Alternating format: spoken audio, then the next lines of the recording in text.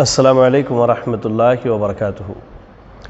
الحمد للہ رب العالمین والعاقبۃ للمتقین، الصلاة والسلام علی رسولہ الکریم وعلی آلہ واصحابہ ومن تبعہم بإحسان الی یوم الدین، اما بعد۔ اعوذ باللہ من الشیطان الرجیم، بسم اللہ الرحمن الرحیم، والفجر ولیال عشر، رب اشرح لی صدری ویسر لی امری واحلل عقدۃ من لسانی یفقہوا قولی، اللہم لا حول ولا قوة الا بک۔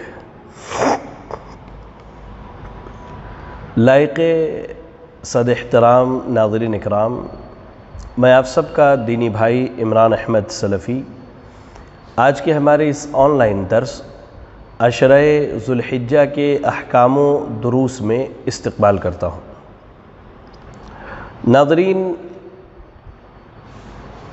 یہ اللہ رب العالمین کا فضل ہے، اللہ تعالیٰ کا احسان ہے کہ اللہ تعالیٰ نے ہمیں اور آپ کو یہ موقع غنیمت عطا کیا کہ ہم اور آپ ایک دوسرے سے روبرو ہو کر کچھ کہیں کچھ سنیں۔ دعا کریں اللہ تعالیٰ سے کہ اللہ رب العالمین ہمیں اور آپ کو حق کہنے اور حق سننے اور سن کر اس پر عمل کرنے کی توفیق عطا فرمائے، آمین۔ ناظرین، اللہ رب العالمین نے اپنی وسعت رحمت سے بعض جگہوں کو دوسری بعض جگہوں پر فضیلت عطا کی ہے۔ اگر آپ دیکھیں تو اللہ نے مسجد حرم، مسجد نبوی اور مسجد اقصی، ان تینوں مساجد کو دوسری تمام مساجد پر ایک الگ فضیلت عطا کی ہے۔ جیسے ہم ایک نماز اپنے گھر کی مسجد میں پڑھیں، جس شہر کے ہم رہنے والے ہیں، ظہر کی نماز تو باجماعت پڑھیں تو 27 گنا اس کا ثواب ہے، 27 گنا اجر ہے۔ وہی نماز اگر ہم مسجد حرم میں پڑھیں تو اس کا اجر کتنا ہے؟ 1,00,000 ہے۔ وہی نماز اگر مسجد نبوی میں پڑھیں تو اس کا اجر کتنا ہے؟ 1,000 ہے۔ اور وہی نماز اگر مسجد اقصی میں پڑھیں تو اس کا اجر کیا ہے؟ 500 ہے۔ ایسے ہی اللہ رب العالمین نے بعض اوقات کو دوسری بعض اوقات پر فضیلت دی ہے۔ جیسے اللہ نے رمضان کو دوسرے مہینوں پر فضیلت دی، شب قدر کو اللہ تعالیٰ نے دوسری شب اور راتوں پر فضیلت دی۔ اللہ تعالیٰ نے جمعہ کے دن کو ہفتے کے تمام ایام پر فضیلت دی، اور ٹھیک ایسے ہی اللہ رب العالمین نے ذی الحجہ کے ابتدائی 10 دنوں کو دنیا کے تمام دنوں پر، تمام ایام پر اللہ رب العالمین نے فضیلت دی ہے۔ اس تعلق سے انشاءاللہ ہم آپ کے سامنے چند دلائل پیش کریں گے، جس سے یہ بات روز روشن کی طرح عیاں ہو جائے گی انشاءاللہ کہ ذی الحجہ کے ابتدائی 10 دنوں کی بڑی اہمیت اور فضیلت شریعت اسلامیہ نے بیان کی ہے۔ اللہ رب العالمین نے ان 10 دنوں کی فضیلت کو بیان کرتے ہوئے قرآن مجید سورۃ الفجر کے اندر ارشاد فرمایا، والفجر ولیال عشر، قسم ہے فجر کی اور قسم ہے 10 راتوں کی۔ سیدنا عبداللہ ابن عباس رضی اللہ تعالی عنہما سے صحیح سند کے ساتھ اس آیت کریمہ کی تفسیر میں یہ بات مروی ہے کہ ولیال عشر سے مراد ذی الحجہ کی 10 راتیں اور ذی الحجہ کے 10 دن مراد ہیں۔ سبحان اللہ۔ اب آپ دیکھیں اللہ نے کیا کہا، والفجر، قسم ہے فجر کی۔ مفسرین نے اس فجر کے بارے میں 2 رائے قائم کی ہے۔ بعض مفسرین کا کہنا ہے کہ فجر سے مراد عام فجر کی نماز ہے، یعنی سارے فجر کی نماز جو پڑھی جاتی ہے، اور بعض مفسرین کہتے ہیں کہ نہیں، فجر سے مراد کیا ہے؟ ذی الحجہ کی پہلی تاریخ کی فجر مراد ہے۔ سبحان اللہ۔ اب ذی الحجہ کی پہلی تاریخ کی فجر ان 10 دنوں میں شامل ہو گئی۔ ولیال عشر، قسم ہے 10 راتوں کی، یعنی اللہ رب العالمین نے ذی الحجہ کے 10 رات اور 10 دنوں کی قسم کھا کر کے الغرض یہ کہہ لیجئے کہ ان 10 دنوں کی اہمیت اور ان کی فضیلت کو تمام دنیا والوں کے سامنے اجاگر کیا ہے۔ آئیے ذی الحجہ کے 10 دنوں کے فضائل کے تعلق سے اب ہم آپ کے سامنے سنت سے کچھ دلائل پیش کریں گے۔ دنیا کے تمام دنوں میں یہ دن سب سے افضل ہیں۔ حدیث رسول پڑھیے، مسند بزار کی روایت ہے، علامہ البانی رحمہ اللہ نے الترغیب و ترہیب کی تخریج میں اس کی سند کو صحیح قرار دیا ہے۔ جابر بن عبداللہ رضی اللہ تعالی عنہ کہتے ہیں اللہ کے نبی صلی اللہ علیہ وسلم نے ارشاد فرمایا افضل ایام الدنیا ایام العشر، دنیا کے تمام دنوں میں سب سے افضل اگر کوئی دن ہے تو ذی الحجہ کے ابتدائی 10 دن ہیں۔ اللہ کے نبی صلی اللہ علیہ وسلم سے سوال کیا گیا وَلَا مِثْلُهُنَّ فِي سَبِيلِ اللَّهِ، اے اللہ کے رسول صلی اللہ علیہ وسلم یہ 10 دن جہاد فی سبیل اللہ سے بھی افضل ہے؟ اللہ کے نبی صلی اللہ علیہ وسلم نے کہا کہ ہاں یہ 10 دن جہاد فی سبیل اللہ سے بھی افضل ہے، الا یہ کہ کوئی آدمی اللہ کے راہ میں جہاد کے لیے نکلے اور وہ شہید ہو جائے، یعنی اپنے جان اور اپنے مال کو لٹا دے، تو شہید کا ایک الگ مقام اور مرتبہ ہے۔ تو یہ حدیث یہ بتلاتی ہے کہ افضل ایام الدنیا ایام العشر، یعنی عشر ذی الحجہ، یعنی ذی الحجہ کے ابتدائی 10 دن یہ دنیا کے سب سے افضل ایام ہیں۔ چلیں دوسری حدیث کی طرف آتے ہیں۔ مسند امام احمد کی روایت ہے اور اس معنی کی حدیث جو ہے صحیح بخاری میں ملتی ہے۔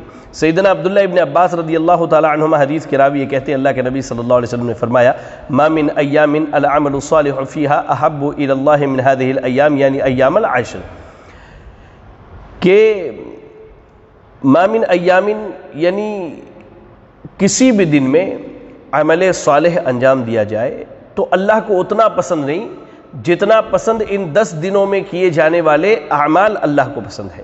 پھر آگے حدیث ویسے ہی ہے، کہا گیا کہ جہاد فی سبیل اللہ، مزید حدیث جو میں نے اس سے پہلے سنا ہے حدیث کا وہی ٹکڑا موجود ہے۔ چلیں اس کے بعد ہم آتے ہیں ایک تیسری روایت پہ۔ تیسری روایت جس کے الفاظ کچھ اس طرح سے ہے ما من عمل ازکا عند اللہ ولا اعظم اجرا من خیر یعملہ فی عشر الاضحیٰ، صحیح ترغیب و ترہیب کی روایت ہے، علامہ البانی رحمہ اللہ نے اس کی سند کو صحیح قرار دیا ہے۔ اللہ کے نبی صلی اللہ علیہ وسلم ارشاد فرماتے ہیں کہ ان 10 دنوں میں کیے جانے والے اعمال اللہ کے نزدیک سب سے زیادہ پاکیزہ ہیں اور اجر کے اعتبار سے سب سے زیادہ بڑے ہیں۔ سبحان اللہ۔ کہا کہ اللہ کے رسول صلی اللہ علیہ وسلم جہاد فی سبیل اللہ بھی نہیں، تو کہا کہ نہیں الا یہ کہ کوئی آدمی اپنے جان اور مال کو لٹا کر کے شہید ہو جائے۔ ان تینوں حدیثوں کو اگر ہم جمع کرتے ہیں تو 4 باتیں ہمارے سامنے آتی ہیں۔ پہلی بات یہ آتی ہے کہ یہ دنیا کے سب سے افضل دن ہے، دنیا کے سب سے عظیم دن ہے۔ دوسری بات یہ آتی ہے کہ ان دنوں میں کیے گئے اعمال اللہ کے نزدیک سب سے زیادہ پسندیدہ ہیں۔ تیسری بات یہ آتی ہے کہ ان دنوں میں کیے گئے اعمال اللہ کے نزدیک سب سے زیادہ پاکیزہ ہیں۔ اور چوتھی بات یہ آتی ہے کہ ان دنوں میں کیے جانے والے اعمال کا اجر جو ہے بہت زیادہ بڑھا کر کے اللہ رب العالمین عطا کرتا ہے۔ سبحان اللہ۔ ان حدیثوں کو ہم نے جمع کی تو یہ 4 باتیں خلاصے کے طور پہ ہمارے سامنے آئی ہیں۔ اب چلیے ایک سوال ہے، سوال یہ ہے کہ صحابہ اکرام رضی اللہ عنہم نے بار بار نبی اکرم صلی اللہ علیہ وسلم سے یہ کیوں پوچھا وَلَا الْجِهَادُ فِي سَبِيلِ اللَّهِ، یعنی جہاد فی سبیل اللہ کا بھی اجر اتنا نہیں ہے جتنا ان 10 دنوں میں کیے گئے اعمال کا ہے؟ تو اس تعلق سے سب سے پہلے میں آپ کو بتاؤں کہ صحابہ اکرام رضی اللہ عنہم بخوبی جانتے تھے کہ جہاد فی سبیل اللہ بذات خود ایک بہت عظیم عمل ہے۔ اگر جہاد فرض کفایہ ہے یعنی نفلی جہاد ہے، کچھ لوگ چلے گئے بقیہ نہ جائیں تو کافی ہے، اس اعتبار سے بھی سارے نفل میں سب سے بڑا نفل ہے یہ۔ اور اگر جہاد فی سبیل اللہ فرض عین ہو جاتا ہے، ہر آدمی پر فرض ہے، تو اس اعتبار سے تمام فرائض میں سب سے افضل فریضہ کیا ہے؟ جہاد فی سبیل اللہ ہے۔ صحابہ اس چیز کو سمجھتے تھے کہ یہ ایک بہت بڑا عمل ہے، اس لیے انہوں نے سوال کیا کہ اللہ کے رسول صلی اللہ علیہ وسلم کیا ان 10 دنوں کے اعمال جو ہیں وہ اللہ کے نزدیک جہاد فی سبیل اللہ سے بھی افضل ہیں؟ اللہ اکبر۔ چلیں اس کے بعد میں آپ کو ایک بات بتاؤں، امام ابن تیمیہ رحمہ اللہ ارشاد فرماتے ہیں کہ ان 10 دنوں کے دن اور رات میں کی گئی عبادتیں جو ہیں اللہ رب العالمین کے نزدیک اس کی راہ میں کیے گئے جہاد سے بھی زیادہ بہتر ہے۔ سبحان اللہ، سبحان اللہ و بحمدہ۔ کہا ہاں اس شخص کے علاوہ جو جان اور مال لٹا کر کے اللہ کے راہ میں شہید ہو جائے۔ میں آپ کو بتلاؤں ناظرین ایک بڑا اہم مسئلہ جو میں آپ کو سمجھانا چاہتا ہوں۔ محدثین کا ایک اصول ہے، وہ اصول کیا ہے؟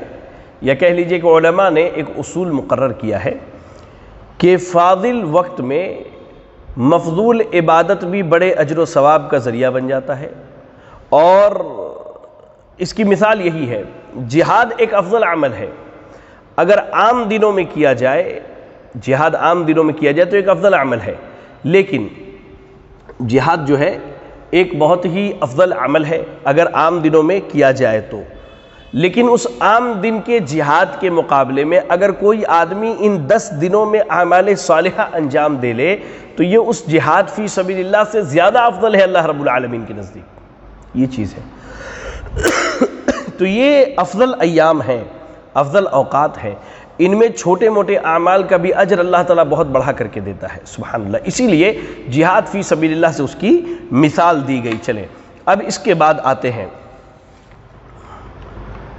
ان 10 دنوں کی اتنی زیادہ فضیلت کیوں ہے؟ فضیلت کی بنیادی وجہ کیا ہے؟ تو یاد رکھیں، علامہ ابن حجر العسقلانی رحمہ اللہ صحیح بخاری کی بہت ہی معروف و مشہور شرح فتح الباری کے اندر ارشاد فرماتے ہیں، وَالَّذِي يَظْهَرُ أَنَّ السَّبَبَ فِي امْتِيَازِ عَشْرِ ذِي الْحِجَّةِ لِمَكَانِ اجْتِمَاعِ أُمَّهَاتِ الْعِبَادَةِ فِيهِ، کہہ رہے کہ جو چیز سمجھ میں آتی ہے، جو بات کہ ان 10 دنوں کی فضیلت کی، تو اس کی بنیادی وجہ یہ ہے کہ ان 10 دنوں میں امہات العبادات یعنی بڑی بڑی عبادتیں جو ہیں وہ جمع ہو جاتی ہیں، سبحان اللہ۔ جیسے مثال کے طور پر نماز، روزہ، صدقہ و خیرات، حج، قربانی، کہہ رہے کہ یہ عبادتیں عام دنوں میں ہمیں میسر نہیں ہوتی ایک ساتھ۔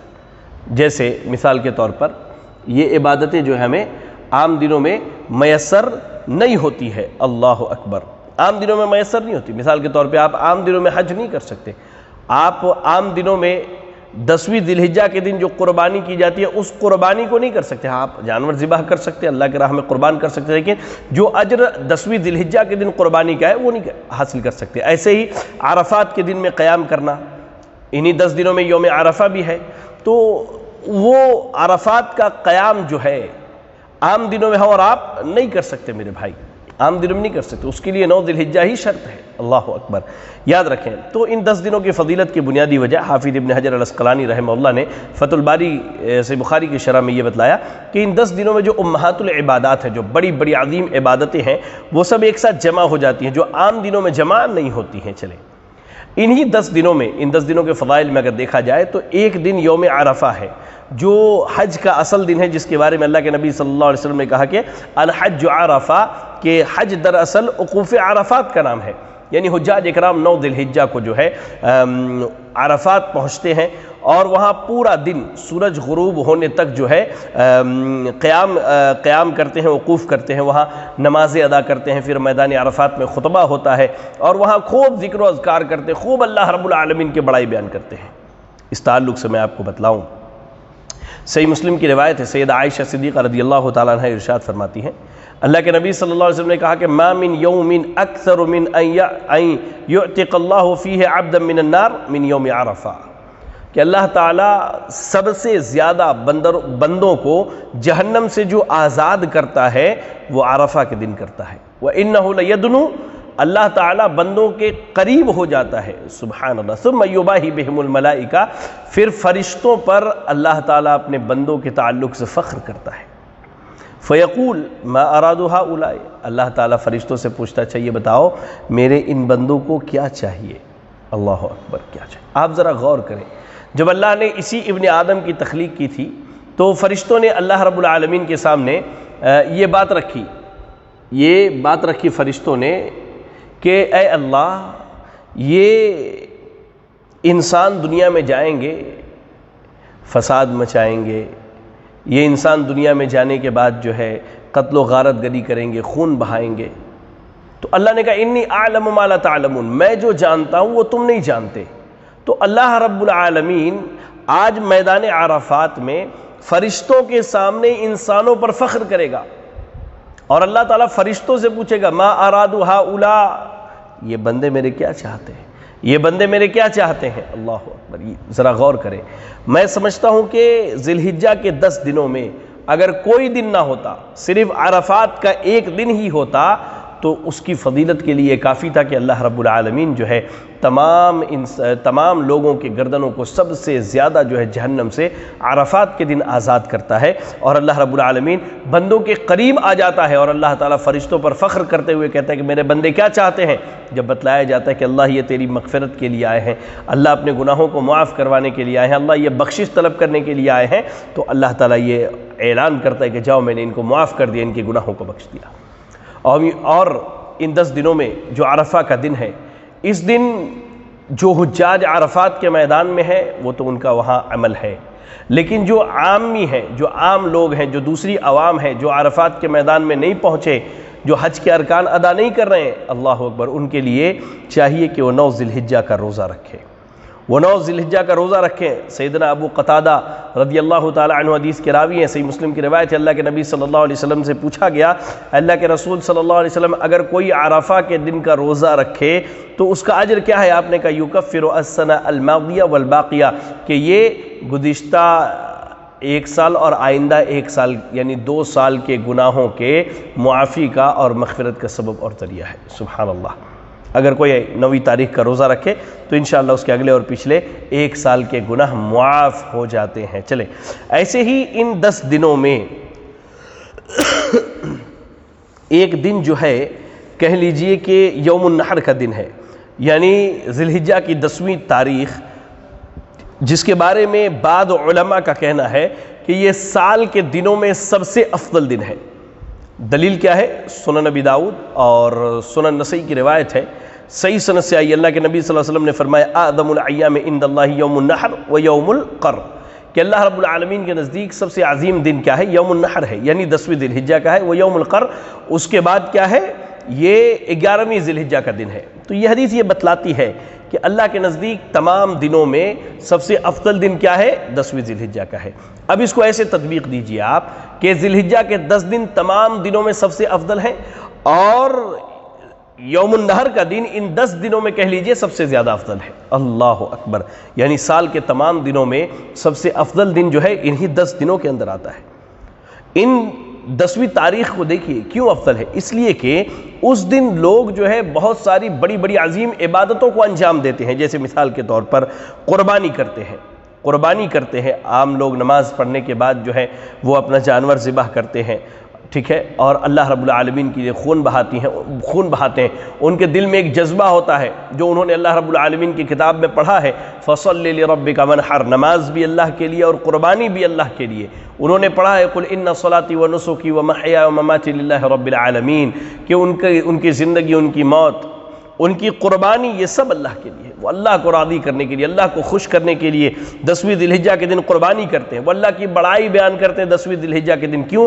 اللہ تعالیٰ نے ان جانوروں کو ہمارے لیے سہل الحصول بنا دیا، آسانی سے انہیں حاصل کر لیتے ہیں، آسانی سے انہیں لٹا کر کے اللہ رب العالمین کی خوشنودی کے لیے ذبح کر لیتے ہیں۔ اگر اللہ مسخر نہ کرتا، اللہ ہمارے لیے سہل الحصول نہ بناتا تو یہ ہمارے لیے آسان نہ ہوتا۔ تو عام آدمی اس دن قربانی کرتے ہیں، اور حجاج اکرام اللہ اکبر سب سے پہلے جمرہ عقبہ کو، جو 3 شیطان ہے کہ جمرہ اولا، جمرہ عقبہ، کہہ لیجئے کہ جمرہ عقبہ، جمرہ وسطیٰ، اور جو 3 شیطان ہیں جہاں حجاج اکرام کنکڑی مارتے ہیں، ان میں جمرہ عقبہ کو جو ہے 7 کنکڑی مارتے ہیں، اللہ رب العالمین کی بڑائی بیان کرتے ہیں۔ اس کے بعد حجاج اکرام کیا ہے؟ اپنے سر کو منڈا لیتے ہیں یا بالوں کو چھوٹے کرا لیتے ہیں۔ ایسے ہی اس کے بعد جو ہے اللہ کی تقرب کے لیے حجاج بھی قربانی کرتے ہیں، پھر وہاں سے خانہ کعبہ جا کر کے طواف افاضہ کرتے ہیں۔ اللہ اکبر، یہ 10ویں ذی الحجہ کے اعمال ہیں، آپ ذرا غور کریں کتنے ہی اللہ اکبر بڑے بڑے اور عظیم اعمال جو ہیں 10ویں ذی الحجہ کے دن ادا کیے جاتے ہیں۔ چلیں، یہ 3 باتیں میں سمجھتا ہوں کہ ان 10 دنوں کی فضیلت کے لیے کافی ہوں گی۔ آگے چلتے ہیں۔ اب ان 10 دنوں کی جب اتنی فضیلت ہے تو ہم نے کرنا کیا ہے؟ تو سب سے پہلے یاد رکھیں ان 10 دنوں کے فضائل کے تعلق سے کہ ان 10 دنوں کی جب اتنی فضیلت ہے تو کرنے والے اعمال میں سب سے پہلی چیز یہ ہے کہ ہم مناسک حج اور عمرہ کو ادا کریں۔ صحیح حدیث کے الفاظ اللہ کے نبی صلی اللہ علیہ وسلم نے کہا کہ العمرۃ الی العمرۃ کفارۃ لما بینہما والحج المبرور لیس له جزاء الا الجنہ، ایک عمرہ دوسرے عمرے کے درمیان کے گناہوں کا کفارہ کا ذریعہ ہے۔ یعنی مثال کے طور پہ آپ نے آج ایک عمرہ کیا اور ایک مہینے کے بعد ایک عمرہ کیا، تو اس درمیان میں آپ نے جو گناہ کیے ہیں، آج آپ نے عمرہ کر لیا، اب اس کے بعد جو گناہ کیا آئندہ جب عمرہ کریں گے تو وہ سارے گناہ کیا ہے؟ معاف ہو جائیں گے۔ اللہ اکبر، وہ سارے گناہ کیا ہے؟ معاف ہو جائیں گے۔ مناسک حج اور عمرے کی کہہ لیجئے کہ ادائیگی ہے۔ اس کے بعد اللہ کے نبی صلی اللہ علیہ وسلم نے کہا کہ والحج المبرور لیس له جزاء الا الجنہ، اگر کوئی حج مبرور ادا کر لے تو اس کا بدلہ جنت ہے۔ اللہ اکبر، حج مبرور ادا کرنے والے کی مثال یہ دی گئی ہے کہ رجع کیوم ولدته امہ، وہ ایسے لوٹ کر کے آتا ہے حج مبرور کر کے گویا کہ آج ہی اس کی ماں نے پیدا کیا، یعنی اس کے اوپر نہ کوئی گناہ ہے، نہ اس نے کوئی غلطی کی، نہ اس نے کوئی خرابی کی، نہ اس نے کوئی برائی کیا ہے۔ اللہ اکبر، تو حج مبرور کا بدلہ کیا ہے؟ جنت ہے۔ اور ان 10 دنوں میں حج مبرور ہم کر سکتے ہیں۔ حج مبرور سے مراد کیا ہے؟ ایسا حج جو خالص اللہ کے لیے کیا جائے، جو اللہ کے نبی صلی اللہ علیہ وسلم کی سنت کے مطابق کیا جائے۔ اور حج مبرور سے مراد یہ ہے کہ ایسا حج جس میں فسق و فجور، بدعت و خرافات، برائی، بے حیائی کی باتیں نہ کی جائیں، مکمل سنت پر عمل کر کے حج ادا کیا جائے۔ چلیں، اس کے بعد ان دنوں میں کرنے والے اعمال میں دوسرا عمل کیا ہے؟ روزہ رکھنا۔ اللہ کے نبی صلی اللہ علیہ وسلم کی بعض ازواج مطہرات سے روایت ہے، کہتی ہے کہ کان رسول اللہ صلی اللہ علیہ وسلم یصوم 9 ذی الحجہ، اللہ کے نبی صلی اللہ علیہ وسلم ذی الحجہ کی ابتدائی 9 دنوں کا روزہ رکھتے اور آپ یوم عاشورہ کا روزہ رکھتے، اور ہر مہینے میں 3 دن کا روزہ رکھا کرتے تھے۔ سنن ابی داؤد کی روایت ہے، حدیث صحیح سند سے آئی ہے۔ آپ ذرا غور کریں، ایک چیز میں آپ کو سناؤں۔ اللہ کے نبی صلی اللہ علیہ وسلم نے کہا کہ جو آدمی اللہ کی رضا مندی کے لیے، اللہ کی خوشنودی کے لیے اس کی راہ میں 1 دن کا روزہ رکھے تو اللہ تعالیٰ اس کے چہرے کو جہنم سے 70 سال دور کر دیتا ہے۔ اللہ کتنا دور کر دیتا ہے؟ 70 سال دور کر دیتا ہے میرے بھائی۔ اب ذرا آپ سوچ کر کے دیکھیے کہ یہ 10 دن دنیا کے سب سے افضل دن ہیں۔ ان 10 دنوں کے اعمال اللہ کے نزدیک سب سے زیادہ محبوب ہے، ان 10 دنوں کی عبادت اللہ کے نزدیک سب سے زیادہ پاکیزہ ہے اور اس کا اجر مزید بڑھا کر کے دیا جاتا ہے۔ تو ان 10 دنوں میں یعنی ذی الحجہ کے ابتدائی 9 دنوں میں اگر روزہ رکھا جائے تو سوچئے اس کا اجر کتنا زیادہ بڑھا کر کے اللہ رب العالمین عطا کرنے والا ہے۔ تو یہ 9 دن انشاءاللہ روزے رکھنے ہیں، اور اس کے بعد خاص کر کے یوم عرفہ یعنی 9ویں تاریخ کا روزہ رکھنا ہے، جس کی فضیلت ابھی میں نے آپ کو بتلائی ہے۔ چلیں، ان 10 دنوں میں کیے جانے والے اعمال میں ایک چیز ہے نماز کی پابندی کرنا۔ یاد رکھیں میرے بھائیوں، نماز تو سال بھر فرض ہے، چاہے مرد ہو یا عورت، بالغ ہونے کے بعد ان کے اوپر کیا ہے؟ نماز سال بھر، حتیٰ کہ موت تک فرض ہے۔ حتیٰ کہ کب تک فرض ہے؟ جب تک کہ موت نہ آ جائے۔ چلیں، لیکن اس کے باوجود آج ہماری اکثریت کیا ہے؟ نمازوں سے غافل ہے۔ ہماری مساجد اس کی عینی شاہد ہے۔ آپ جمعہ میں دیکھیے کہ جمعہ میں ایک مسجد میں 2000 لوگ جمع ہوتے ہیں، اور اسی مسجد میں اسی دن عصر کی نماز میں 20 لوگ نہیں رہتے۔ کہنا یہ ہے کہ یہ آبادی گئی کہاں مسلمانوں کی؟ جو جمعہ میں یہاں موجود تھی وہ لوگ کہاں گئے؟ ان لوگوں نے کہاں اللہ رب العالمین کی عبادت کی؟ وہ لوگ کہاں چلے گئے؟ اللہ اکبر۔ اس لیے ان 10 دنوں میں نمازوں کی پابندی کرنی ہے، اور خاص کر کے نوافل کی پابندی کرنی ہے۔ خاص کر کے کیا ہے؟ نوافل کی پابندی کرنی ہے، جیسا کہ اللہ کے رسول صلی اللہ علیہ وسلم کی حدیث ہے، صحیح بخاری کی روایت ہے۔ اللہ کے نبی صلی اللہ علیہ وسلم نے ارشاد فرمایا، اللہ تعالیٰ کہتا ہے من عاد لی ولیا فقد آذنتہ بالحرب، کس نے کسی میرے ولی سے دشمنی کی، میں اس سے جنگ کا اعلان کرتا ہوں۔ اب اللہ نے اس بات کا اعلان کر دیا کہ جو اللہ کے ولیوں سے دشمنی کرے اللہ اس سے جنگ کا اعلان کرتا ہے۔ اس کے بعد اللہ کے نبی صلی اللہ علیہ وسلم کہتے ہیں کہ اللہ رب العالمین نے کہا کہ سب سے زیادہ مجھے جو پسند ہے کہ بندہ جو اعمال کر کے میرا قریبی بن جائے، ان اعمال میں کیا ہے؟ فرائض ہے۔ یعنی اللہ نے جو ہمارے اوپر فرض کیا، جیسے نماز 5 وقت کے، رمضان کے روزے، زکوٰۃ کی ادائیگی، حج کی ادائیگی، تو یہ چیزیں جو اللہ نے فرض کی ہیں، حرام سے بچنا، حلال کو اختیار کرنا، تو ان فرائض کی پابندی کر کے اللہ سب سے زیادہ اللہ کا قریبی ہو جاتا ہے۔ اور اس کے بعد کہا اللہ کے نبی صلی اللہ علیہ وسلم نے، اللہ تعالیٰ ارشاد فرماتا ہے اور بندہ نوافل کی پابندی کرتا رہتا ہے، اتنی زیادہ نوافل کی پابندی کرتا ہے کہ میں اس سے محبت کرنے لگتا ہوں، اور جب میں اس سے محبت کرتا ہوں تو میں اس کا کان بن جاتا ہوں، اس کی آنکھیں بن جاتا ہوں، اس کے ہاتھ بن جاتا ہوں، اس کے قدم بن جاتا ہوں۔ یعنی بندے سے اللہ کی اتنی محبت ہو جاتی ہے نوافل کی پابندی کی وجہ سے کہ بندے کو اللہ تعالیٰ صرف اب خیر اور خیر کی ہی توفیق دیتا ہے، یہاں تک کہ بندہ اپنے کانوں سے سنتا وہی ہے جو اللہ کو پسند ہے، آنکھوں سے دیکھتا وہی ہے جو اللہ کو پسند ہے، منہ سے بولتا وہی ہے جو اللہ کو پسند ہے، ہاتھ سے پکڑتا وہی ہے جو اللہ کو پسند ہے، اور اپنے قدموں سے چل کر کے وہیں جاتا ہے جہاں جانا اللہ رب العالمین کو پسند ہے۔ تو یاد رکھیں ان ایام میں نوافل کی پابندی کریں، خوب کثرت سے نوافل کی پابندی کریں۔ چلیں اس کے بعد ان ایام میں کیے جانے والے اعمال میں ایک چیز ہے اللہ کا ذکر۔ سیدنا عبداللہ ابن عمر رضی اللہ تعالیٰ عنہ حدیث کے راوی ہیں، مسند امام احمد کی روایت، حدیث صحیح سند سے آئی ہے۔ اللہ کے نبی صلی اللہ علیہ وسلم نے کہا کہ ما من ایام اعظم عند اللہ ولا احب الیہ العمل فیہن من هذه الایام العشر فاکثر فیہن من التہلیل والتکبیر والتحمید، کہ اللہ رب العالمین کو ان ایام میں کیے گئے اعمال بہت پسند ہے، ان 10 دنوں میں، لہذا تم ان 10 دنوں میں خوب اللہ رب العالمین کی بڑائی، اس کی حمد و ثنا، اس کی کبریائی، اس کی بزرگی کو بیان کرو، اس کی بزرگی کو بیان کرو۔ اللہ اکبر، یعنی ان 10 دنوں میں خوب اللہ رب العالمین کا ذکر کیا جائے، اور اللہ رب العالمین کو یہ چیز بہت پسند ہے، اللہ تعالیٰ کو بہت پسند ہے۔ امام بخاری رحمہ اللہ فرماتے ہیں صحیح بخاری کے اندر کہ عبداللہ ابن عمر رضی اللہ تعالیٰ عنہ اور سیدنا ابو ہریرہ رضی اللہ تعالیٰ عنہ یہ دونوں بازار جاتے، اور بازار میں ان 10 دنوں کے درمیان تکبیر کے کلمات کہتے ہیں۔ کون سی تکبیر؟ اللہ اکبر اللہ اکبر اللہ اکبر لا الہ الا اللہ واللہ اکبر وللہ الحمد۔ ایک کلمہ یہ بھی ہے اللہ اکبر لا الہ الا اللہ واللہ اکبر وللہ الحمد۔ جب یہ کہتے تو ان کی تکبیر کے کلمات سن کر کے بازار میں موجود لوگ بھی خوب تکبیر کے کلمات کہتے ہیں۔ سیدنا عمر رضی اللہ تعالیٰ عنہ کے بارے میں آتا ہے کہ عمر رضی اللہ تعالیٰ عنہ جو ہے کہہ لیجئے کہ اللہ اکبر ایام تشریق میں اپنے خیمے میں ہوتے، اور آپ اپنے خیمے کے اندر تکبیر کے کلمات کہتے، اس کے بعد مینا میں جو لوگ موجود ہوتے وہ ان کی آواز سن کر کے تکبیر کہنا شروع کرتے، پھر اس کے بعد آواز ایسی گونجتی کہ پوری مینا کی وادی جو ہے تکبیرات سے گونج جایا کرتی تھی۔ اللہ اکبر، تکبیرات سے کیا ہے؟ گونج جایا کرتی تھی۔ اللہ اکبر۔ چلیں تکبیر کی علماء نے 2 قسمیں بیان کی، ان 10 دنوں میں جو تکبیر پڑھی جائے، یا کہہ لیجئے کہ ان 10 دنوں میں جو تکبیرات کہی جائے وہ یہ ہے، ایک ہے مطلق اور ایک ہے مقید۔ مطلق یعنی عام تکبیر، وہ اس طرح ہے کہ چاند نظر آنے کے بعد سے لے کر کے 13 ذی الحجہ کی نماز عصر تک، یا کہہ لیجئے سورج غروب ہونے تک جو ہے آدمی تکبیر کہتا رہے، ہر اٹھتے بیٹھتے سوتے لیٹتے چلتے پھرتے، مرد عورت سب کہیں گے۔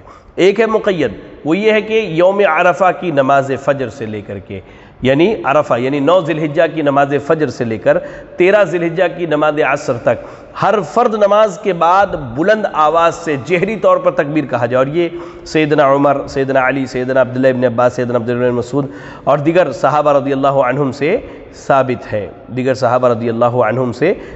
جیسا کہ علامہ البانی رحمہ اللہ نے ارواء الغلیل میں اس کو ذکر کیا ہے۔ اللہ اکبر۔ لہذا ان 10 دنوں میں تکبیر کے کہنے کا خوب اہتمام کرنا چاہیے، اللہ کی بڑائی اور بزرگی بیان کرنا چاہیے۔ ذکر و اذکار میں ایک چیز یہ بھی شامل کر لیں آپ کہ ان 10 دنوں میں خوب قرآن مجید کی تلاوت کیجیے، کم از کم ان 10 دنوں میں 1 مرتبہ قرآن ختم کیجیے، آپ 1 مرتبہ قرآن ختم کیجیے، روزانہ 3 پارے پڑھیے آپ، انشاءاللہ 10 دنوں میں کیا ہے قرآن مجید مکمل آپ 1 مرتبہ ختم کر لیں گے۔ ہاں تکبیر کے باب میں ایک چیز یاد رکھیں، مرد حضرات جو ہے گھر میں اور گھر کے باہر چلتے پھرتے اٹھتے بیٹھتے جو ہے تکبیر بلند آواز سے کہیں گے، لیکن عورتیں کیا ہے گھروں میں تکبیر کے کلمات کہیں گی، وہ بھی پست آواز میں، اونچی آواز میں نہیں کہیں گی۔ چلیں ان دنوں میں کیے جانے والے اعمال میں ایک عمل یہ ہے کہ جو قربانی کا ارادہ رکھے وہ کیا کرے۔